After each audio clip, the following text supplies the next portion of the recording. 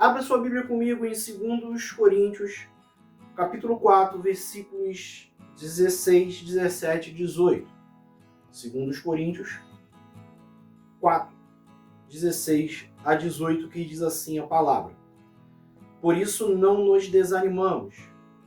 Ainda que o nosso exterior esteja se desgastando, o nosso interior está sendo renovado todos os dias. Pois a nossa tribulação leve e passageira produz para nós uma glória incomparável de valor eterno. Pois não fixamos o olhar nas coisas visíveis, mas naquelas que não se veem. Pois as visíveis são temporárias, ao ponto que as que não se veem são eternas. Aqui está uma palavra do apóstolo Paulo, que ele escreve para uma igreja que estava localizada na cidade de Corinto. Um grupo de irmãos que estava ali na cidade de Corinto. E eu quero começar essa introdução perguntando para você: você enxerga o que é invisível? Pois é, fica uma reflexão para nós. Nós vamos tocar nesse assunto, esse assunto vai nortear todo esse período dessa mensagem, dessa live, dessa pregação. E eu te pergunto, você enxerga o que é invisível? Pare para analisar. Dentro desse contexto, Paulo está em uma situação a qual ele escreve para uma igreja, apontando, aconselhando, admoestando a essa igreja a olhar para Jesus e não olhar para as perseguições e as dificuldades. Nos parece que perseguição, dificuldade, situações difíceis não é algo exclusivo da igreja do século XXI. Mas a igreja lá do primeiro século já estava sofrendo algumas perseguições, algumas acusações e algumas dificuldades. Quando nós olhamos para, nesse mesmo capítulo 4, 2 Coríntios, só que nos versículos 8 e 9, nós vemos mais claramente como que havia essa perseguição. Olha o que Paulo escreve. Sofremos pressões de todos os lados, mas não estamos arrasados. Ficamos perplexos, mas não desesperados. Somos perseguidos, mas não desamparados. Abatidos e não destruídos. Vemos aqui que, de fato, por tudo que Paulo escreve e relata, existia de fato uma perseguição, uma opressão, algo que estava provocando nesses irmãos uma aflição muito grande, ao ponto de que alguns estavam deixando de olhar para Jesus e olhando para essas dificuldades. Estava valorizando mais as dificuldades e deixando Jesus em segundo plano. Então Paulo ele começa a orientar e a escrever para os irmãos, dizendo: olha só, vocês não podem tirar os olhos daquele que é o autor da fé. Vocês não podem tirar os olhos do Jesus e focar no problema. Paulo está orientando os irmãos a continuarem olhando para Jesus. Observamos, talvez você peça assim, para pensar e fala assim: poxa, o que estava acontecendo com aqueles irmãos? O que estava acontecendo naquela cidade? Talvez você possa me dizer assim: ah, Roberto, certamente era perseguição romana. Os romanos, o Império Romano estava atacando os irmãos e eles estavam correndo. Não exatamente. Isso iria acontecer e vai acontecer, mas mais à frente. Alguns anos à frente. Ainda dentro do primeiro século, mas mais à frente. Nesse momento, nessa circunstância, por volta aí de 40, 50 pós-Cristo, onde foi escrita essa carta de 2 Coríntios, nós não vemos essa perseguição romana acontecendo ainda. Isso vai acontecer mais à frente com o imperador Nero, quando ele taca fogo na cidade, não é isso? E acusa os cristãos, os seguidores de Jesus, de terem ocasionado fogo na cidade que destruiu toda a cidade de Roma. Mas isso ainda não estava acontecendo. Nesse caso aqui, a perseguição ela era diferente, tá? O que estava acontecendo então? Eu preciso que você compreenda e entenda todo o contexto cultural para que você possa compreender e entender o que está sendo falado aqui. Entenda que a cidade de Corinto era uma cidade extremamente idólatra, tá? Eu já venho mencionando nessa série de mensagens da qual tenho falado sobre o 2 Coríntios, falando do culto a Afrodite, do culto ao Apolo isso estava acontecendo. Afrodite tinha na cidade de Corinto um templo que era dedicado a ela. E viajantes de outras cidades vinham até Corinto para se prostituírem, para em cultos pagãos se relacionarem sexualmente com as sacerdotisas de Afrodite em culto a Afrodite. Só para você ver como essa cidade era promíscua e imoral. Então essas práticas elas eram costumes daqueles que moravam ali, daqueles cidadãos daquela cidade. No entanto, existia um grupo de irmãos naquela cidade, da qual Paulo escreve para eles, que eles estavam abandonando essas práticas e se convertendo a Jesus, vivendo uma novidade de vida.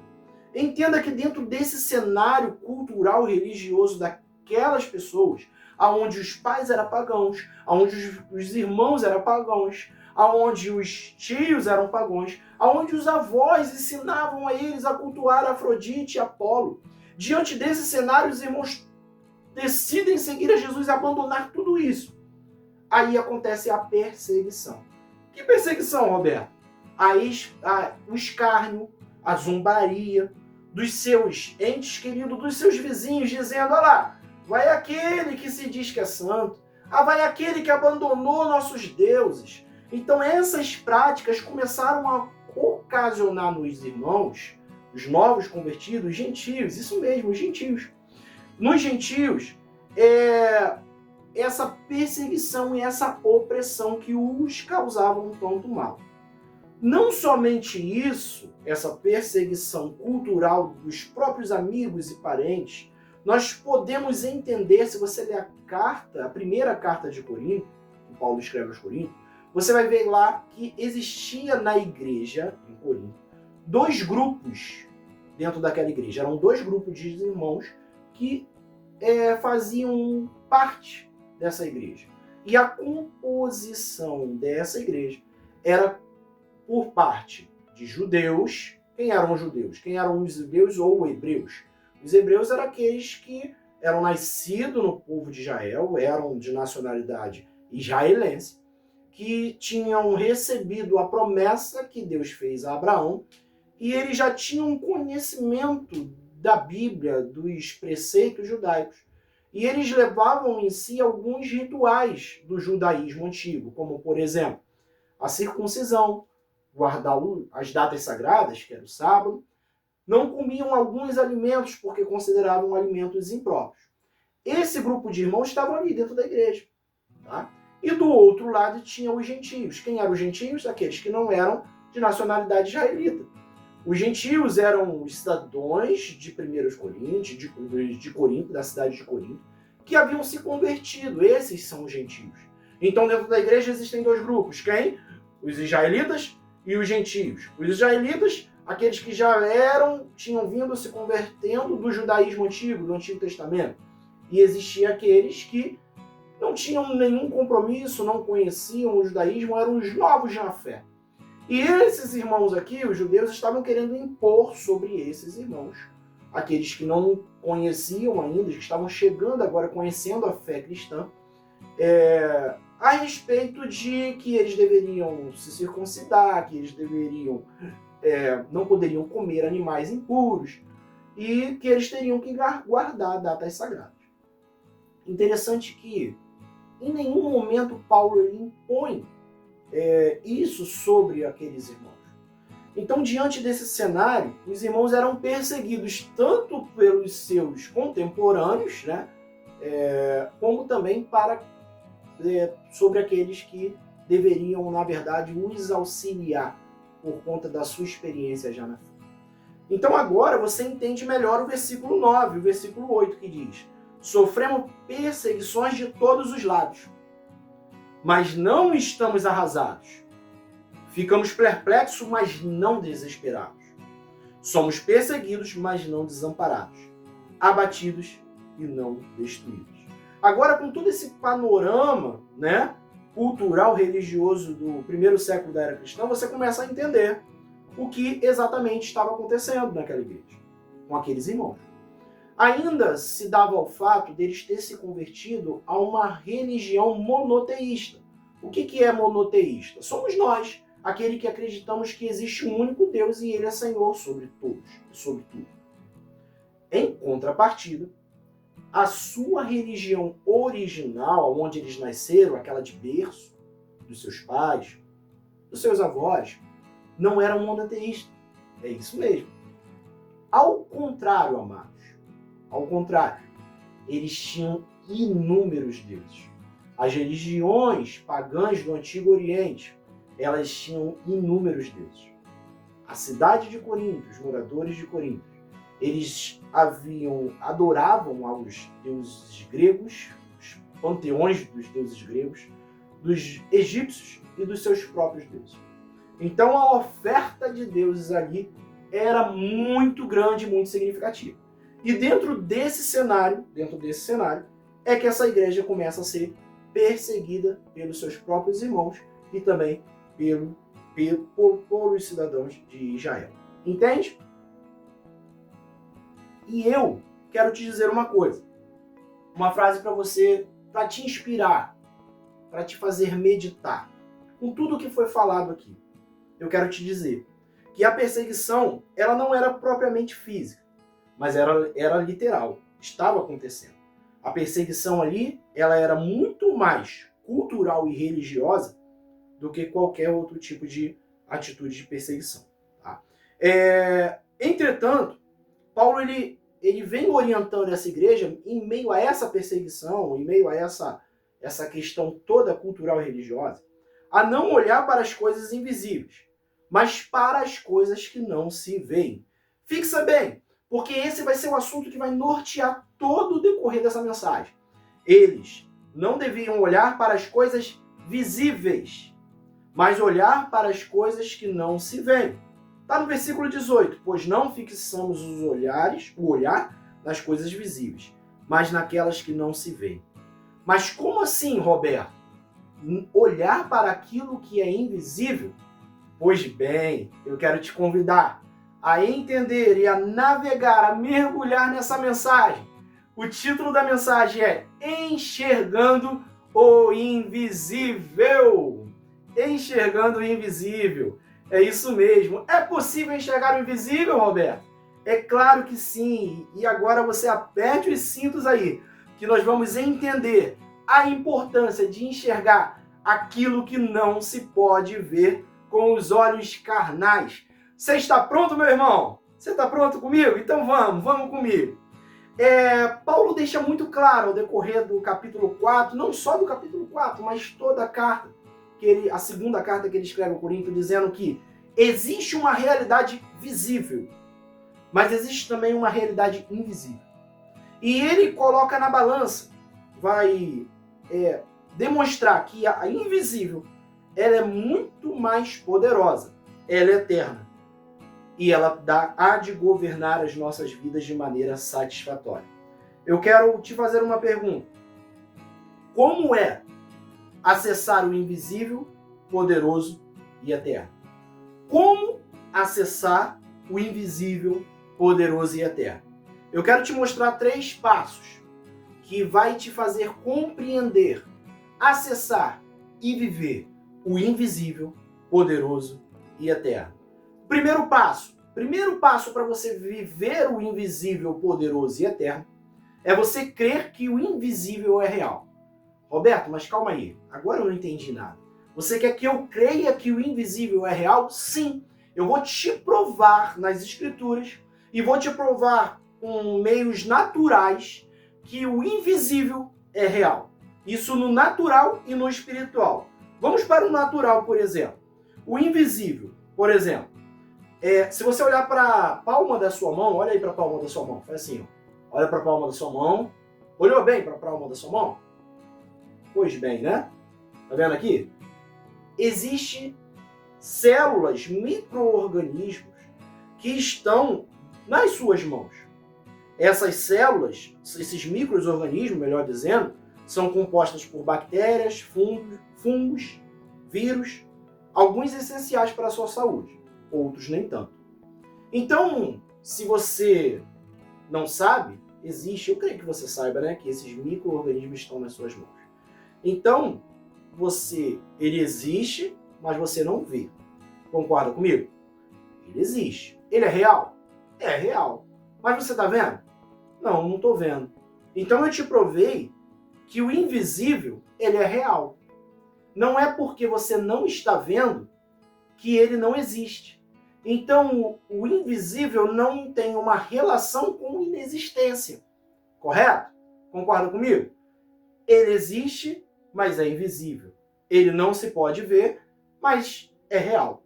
No entanto, com o uso de uma ferramenta apropriada, por exemplo, se você usa um microscópio, você consegue ver aquilo que aos olhos naturais não era possível ver. Com o uso de um microscópio, você vai ver que na palma das suas mãos existem inúmeros micro-organismos, certo? Mas isso não vem ao caso, não importa pra gente os micro-organismos das nossas mãos. O que vem ao caso nessa mensagem, o que eu quero te provar, é que existe no plano espiritual algo que é real, mas não é visível. Exatamente. Nós estamos aqui, mas ao nosso redor existe todo um plano espiritual que você não vê com os olhos naturais, mas que ele é real. Ele é real e caminha junto conosco todos os dias das nossas vidas. O próprio Deus, meu amado. Diga comigo assim, o próprio Deus é invisível, mas é real. Repita comigo. O próprio Deus é invisível, mas é real. Isso. O próprio Deus a qual nós servimos, ele é real, nós não temos dúvida disso. Ele é real porque ele age todos os dias na minha vida, ele está comigo todos os dias, em todas as circunstâncias, sejam elas boas ou ruins. É ele que me dá sustento, é ele que me carrega no colo. A própria palavra diz que o Espírito de Deus, Deus é Espírito, e o que importa é que o adoremos em Espírito e em verdade. As Escrituras nos revelando que Deus é Espírito. E você não vê Deus com os olhos naturais. Mas ele é real, ele está aqui. E isso eu posso garantir por quê? Porque eu faço uso de uma ferramenta, assim como o microscópio você usa para ver o que é invisível, o que está na palma das suas mãos. Ah, meu irmão, você pode ver Deus com os olhos da fé. Você pode ver o invisível com os olhos da fé. Basta você usar a sua ferramenta, que não é o microscópio, mas se chama fé. A fé, pela fé, você pode viver e acessar o invisível. Por mais que as pessoas possam dizer, ele é louco, ela é maluca, mas eu posso crer no invisível, porque eu sei que é real. Deus é real. Deus é real e Ele está comigo em todas as circunstâncias. Então, para que eu possa viver, acessar o invisível, para que eu possa viver o invisível, poderoso e eterno, eu preciso acreditar fielmente que Ele é real e vive. Que Ele existe, que é real e que é acessível. Eu posso acessá-lo pelos olhos da fé. Paulo vai encerrar o versículo dizendo que as coisas invisíveis são eternas, enquanto as invisíveis são quê? Temporárias. Enquanto as visíveis são quê? Temporárias. Enquanto as visíveis são quê? Temporárias, porque tudo que é visível um dia vai deixar de existir. Mas aquilo que é invisível, aquilo que acessamos pelos olhos da fé, o Deus real, verdadeiro, fiel e eterno, Ele é eterno. Aleluia! Deus é eterno. E você pode acessar Deus. Você pode acessar o invisível de Deus pelos olhos da fé. Pois o invisível, os visíveis, as coisas visíveis são temporárias, mas as visíveis são eternas. Isso mesmo. Então, para que eu possa acessar o invisível, poderoso e eterno, eu preciso compreender e crer que o que é invisível. Crer que o invisível é real. O invisível é real. Então você fala comigo, o invisível é real. Pois bem, mas tem um segundo passo que você precisa compreender para acessar o invisível, poderoso e eterno. Esse segundo passo é compreender que a maneira como eu enxergo o invisível afeta diretamente a minha vida. Vou repetir para ficar bem claro. A maneira como eu compreendo e enxergo o invisível afeta diretamente a minha vida. Pois bem, se eu creio fielmente, eu acesso o invisível. Mas se a minha crença ela não me permite viver e acessar o invisível, isso vai afetar diretamente a minha vida. Então, o segundo passo, compreender que a maneira como enxergo o invisível afeta diretamente a minha vida. Em Hebreus capítulo 11, versículo 1, tem um versículo que podemos chamar de um versículo central da fé. Eu posso dizer isso, eu estou falando isso. De repente você possa não concordar totalmente, mas, na minha opinião, poderíamos chamar de um versículo central da fé, que vai dizer, ora, a fé é a certeza daquilo que esperamos e a prova daquilo que não vemos. Eu vou falar de novo, meu irmão, para você entender. A fé é a certeza daquilo que esperamos e a prova das coisas da qual não vemos. O que podemos extrair desse versículo? Que quem espera, espera alguma coisa. Alguma coisa que existe. Ninguém espera algo que não existe. Mas não se pode ver enquanto ela não chegar. Concorda comigo? Estamos à espera de algo que não consigo ver. Mas eu sei que existe, que é real e que vai chegar. Quer ver um exemplo? Uma mulher grávida. A mulher grávida, ela não vê a criança que está no seu ventre com os olhos naturais. Mas ela sabe que está dentro dela. Não é isso? Ela tem a certeza, ela tem a absoluta certeza do que está sendo gerado dentro dela. Que pode ser invisível ao olho nu, aos olhos naturais. Mas é real e ela sabe o que ela espera. Ela sabe que vai chegar. É isso. Então, entendemos que o invisível, ele é real e nós esperamos ele com a certeza de que vai acontecer. Isso se chama fé. Talvez as coisas não estão andando muito bem para você. Você está à espera de um milagre que ainda não aconteceu. Mas eu quero estimular a tua fé. Eu quero te despertar para entender que Deus é fiel. E o invisível, o que parece não existir, ele existe, não só existe, como está chegando. Então, espere, como diz o autor aos Hebreus, que a fé é a certeza daquilo que esperamos e a prova das coisas que não vemos.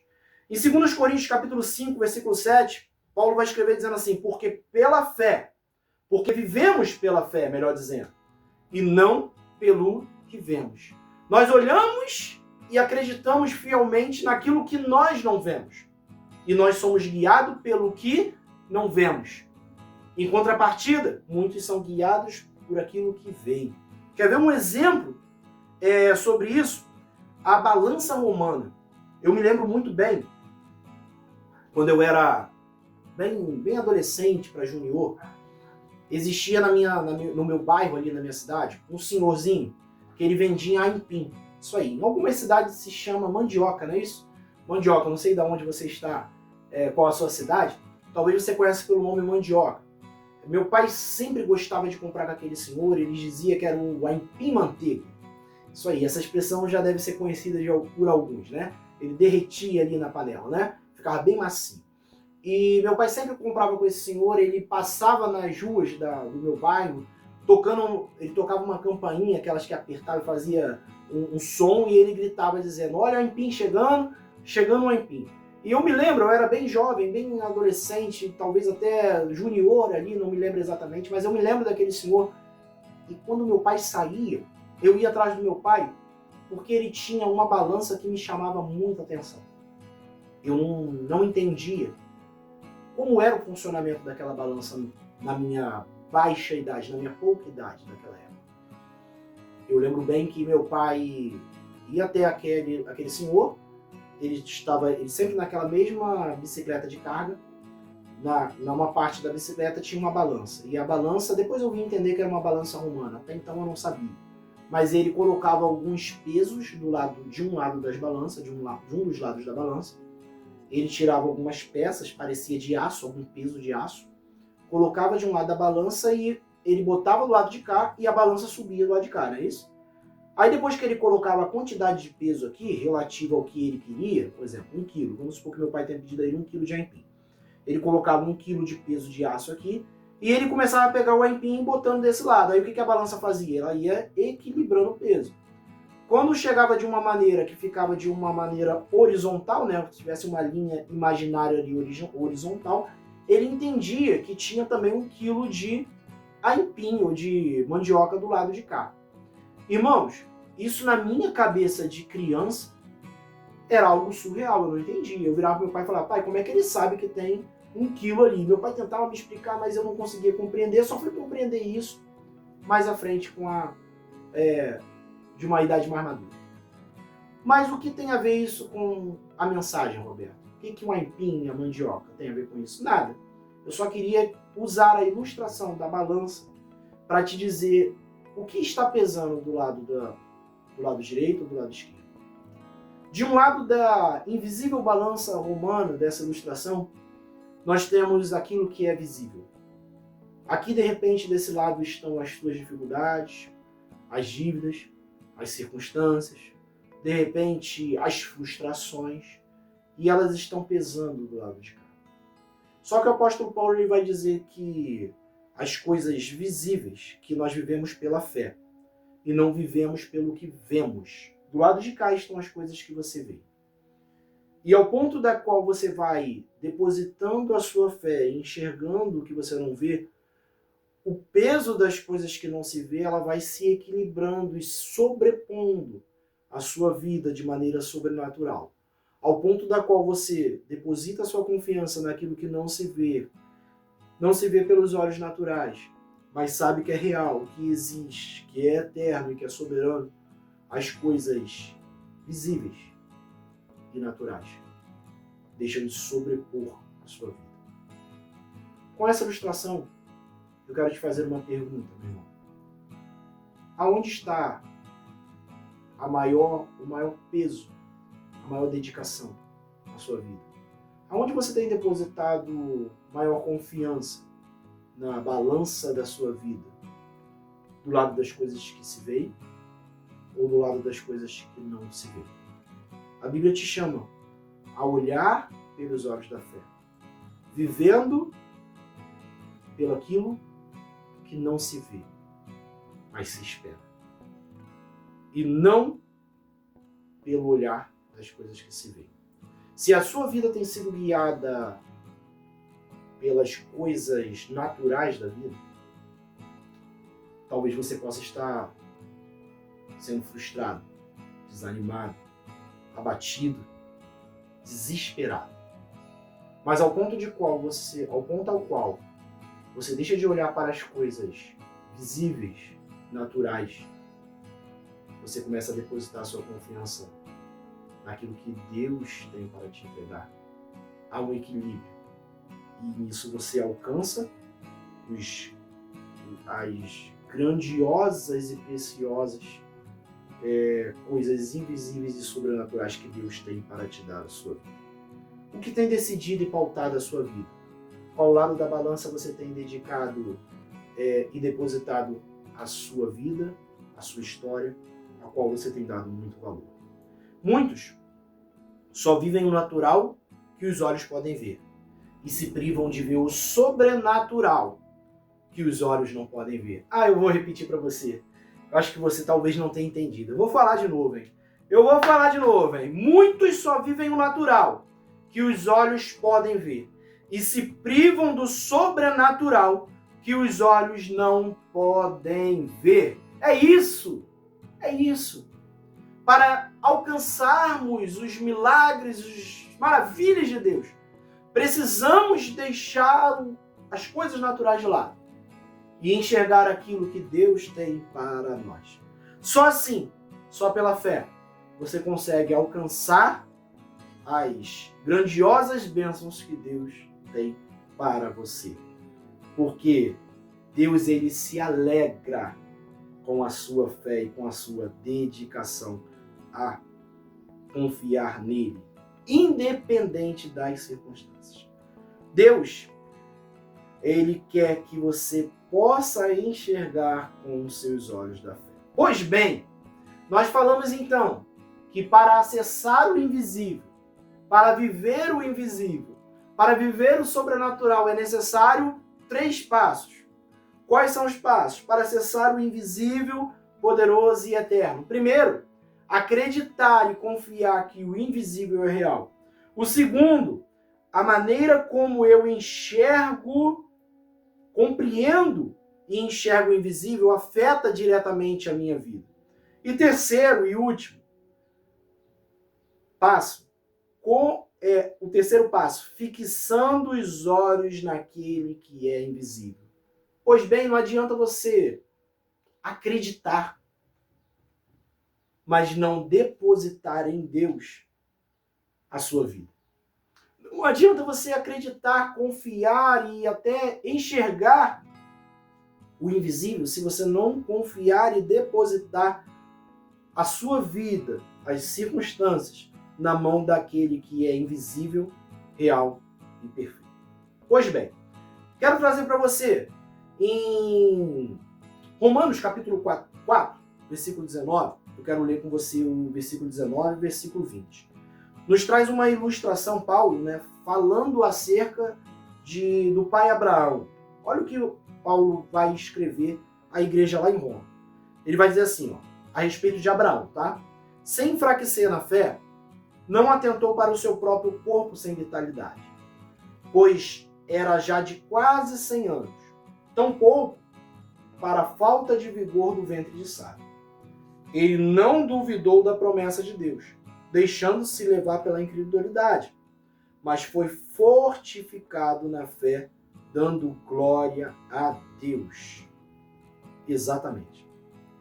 Eu quero voltar a falar com você para fixar bem. Eu quero repetir e ser muito didático. Muitos só vivem o natural e se privam de viver o sobrenatural de Deus em suas vidas. Aqui, Paulo está falando acerca de um homem chamado Abraão, o pai da fé, o que deu origem a toda os judeus, hebreus. Ele foi o pai dessa nação que foi chamada a nação, o povo segundo o coração, o povo de Deus, propriamente dizendo, o povo de Deus. E certa vez, Deus deu uma promessa para Abraão. Paulo afirma isso. E a Bíblia nos garante isso. Deus promete a Abraão que ele seria pai de uma grande nação. Só que ele tinha um problema. De um lado ele tinha o que era invisível. No outro ele tinha o que era real. Ele não tinha filhos, sua mulher era estéril e ele tinha quase 100 anos de idade. E a Sara, sua mulher, era estéril, não poderia dar filhos e estava velha. Deus chega para ele e fala assim: Abraão, você será pai de uma grande nação. E a história, você já conhece o final. Ele acreditou, ele tinha todos os motivos do mundo para desacreditar da promessa. Ele tinha todos os motivos do mundo para acreditar naquilo que ele estava vivendo. 100 anos tentando ter filho e não conseguia ter filho. Acreditar nessa altura do campeonato que ele seria pai de uma grande nação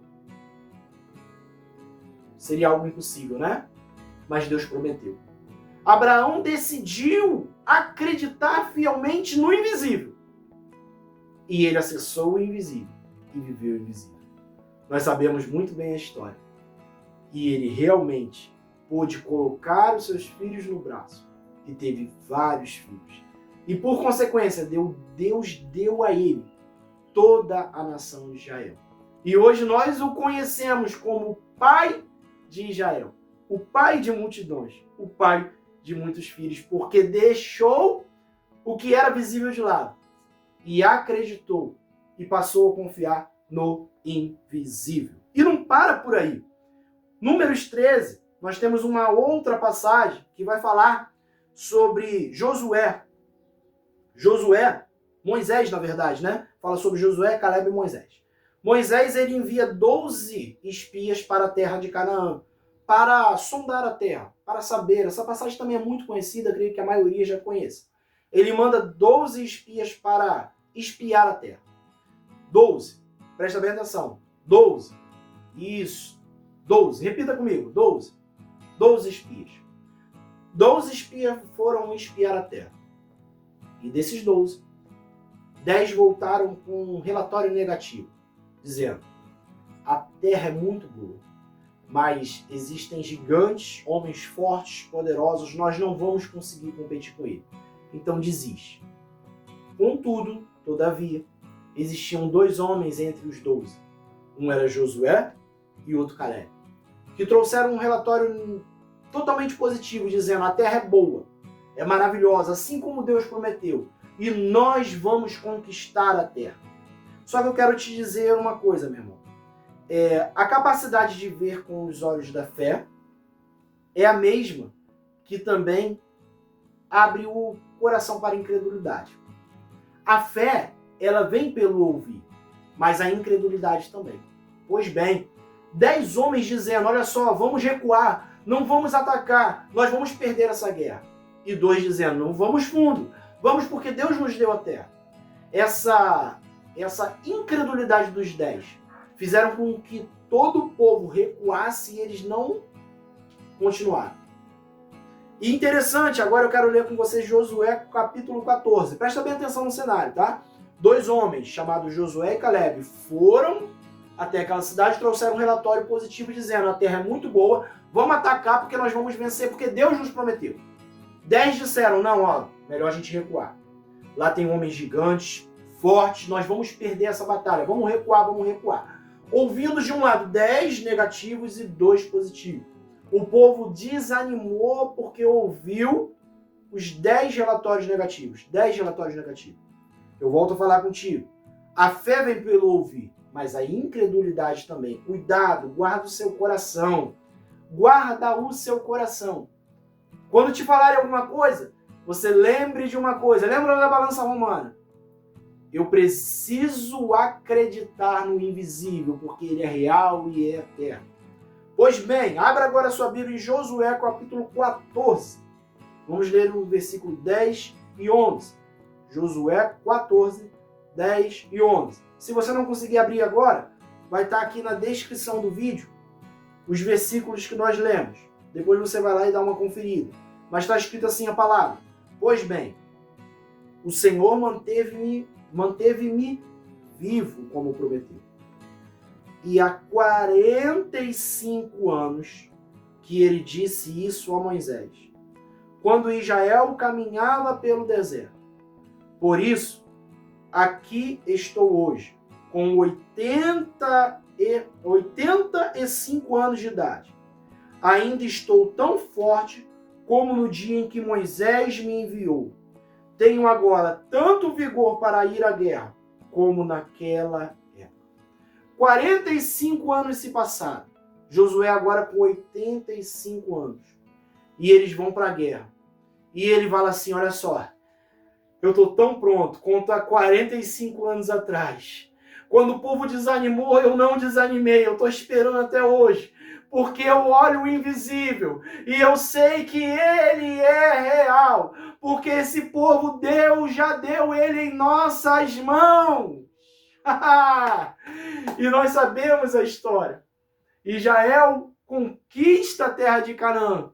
E Josué e Calebe podem colocar os pés na terra que era a promessa de Deus, porque creram no invisível, que é real e é eterno. Aleluias! Esse é o nosso Deus. Esse é o Deus a qual nós servimos. É isso. E agora, meu irmão, nós já estamos caminhando para o final. Pois bem, eu não sei como você chegou até essa pregação, esse vídeo. Não sei se você, como está a sua vida. Talvez tudo que foi falado aqui despertou um desejo muito grande no seu coração e despertou a sua fé. Paulo nos ensina que nós não devemos desanimar.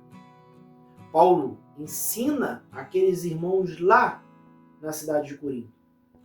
Eles estavam aflitos, perseguidos, pareciam estar desamparados, mas não estavam abatidos, porque eles puderam depositar a sua fé e a sua confiança naquilo que era invisível, mas era real. Eu não sei como está a sua vida. Eu não sei como está a sua história. Talvez você chegou até essa mensagem, até esse lugar, e você já desistiu de todas as coisas. Talvez você possa dizer para mim, falar assim, Roberto, para mim não tem mais jeito. Eu já tentei de tudo. Mas a minha realidade é uma frustração. A minha realidade é a falência. A minha realidade é o choro. Eu quero te despertar a sua fé, para que você possa olhar agora não para aquilo que os teus olhos naturais podem ver, mas eu quero despertar a sua fé para que você possa olhar para aquilo que não se vê. Deus tem algo sobrenatural para a sua vida. Não foi por acaso que você chegou a esse vídeo, que você chegou a essa mensagem. Deus, o Espírito Santo, te conduziu ao longo de toda essa palavra para te fazer entender e compreender que Ele quer fazer o sobrenatural na sua vida. Ele quer fazer algo maravilhoso em sua vida, mas é necessário você compreender e crer no invisível. Talvez você tenha todos os motivos para acreditar que tudo se acabou. Talvez você já tentou de todas as coisas. Você já mudou de cidade. Talvez você já tenha mudado de cônjuge. Talvez você já tenha desanimado. Talvez você está certo sobre a falência da sua empresa. Talvez você está certo sobre se acomodou com a falta de dinheiro, com a falta de felicidade. Talvez o seu casamento esteja destruído. Mas eu quero te dizer agora, e quero te despertar para você olhar com os olhos da fé. Não tenha em mente agora aquilo que o cenário real, mas eu quero te convidar a enxergar um cenário totalmente diferente na sua vida. Eu quero que você hoje possa enxergar com os olhos da fé do lado da balança, da qual Deus possa agir. Como eu disse anteriormente, talvez você tenha tentado de tudo, mas eu quero te convidar agora a parar de tentar e depositar aos pés do Senhor, daquele que pode fazer todas as coisas, tudo o que tem se passado na sua vida. Seu casamento, seu trabalho, sua empresa, suas finanças. Eu quero te convidar agora a parar de lutar sozinho. Talvez você está lutando sozinho já faz tempo, já faz anos, já faz meses, já faz dias, e você desistiu. Mas eu te digo agora, você não precisa desistir. Você só precisa acreditar que o invisível é real e eterno.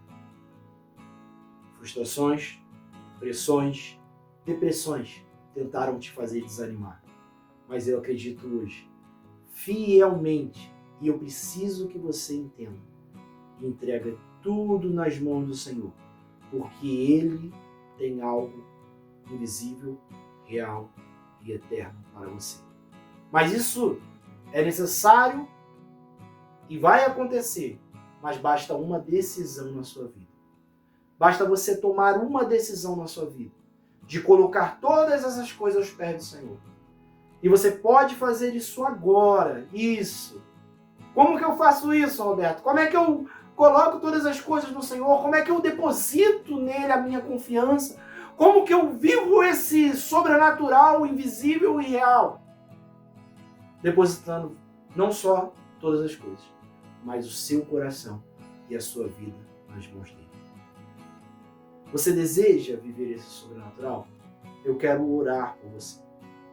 Eu quero que você agora feche seus olhos, que você deposite a sua confiança no Senhor e que você receba Ele como seu único e suficiente Salvador na sua vida. Que Ele possa transbordar na sua vida e que hoje você possa viver novidade de vida para todo sempre. Amém e amém. Eu quero orar por você. Pai, no nome de Jesus. Há pessoas, Senhor, que chegaram até essa mensagem, Senhor. Pessoas, Senhor, que estão abatidas, transtornadas, talvez a depressão, as circunstâncias o fizeram desanimar. Mas nós aqui falamos sobre um Deus que opera de maneira invisível e real. Por isso, Senhor, eu agora, Senhor, coloco nas tuas mãos, Senhor, essas vidas que hoje se entregaram a ti, Senhor. E te peço, meu Pai, cuide dessas vidas. Trate, Senhor amado. Opera na vida deles para que eles possam viver o invisível, sobrenatural e eterno, oriundo de ti, em nome de Jesus. Amém e amém. Aleluia! Aleluia!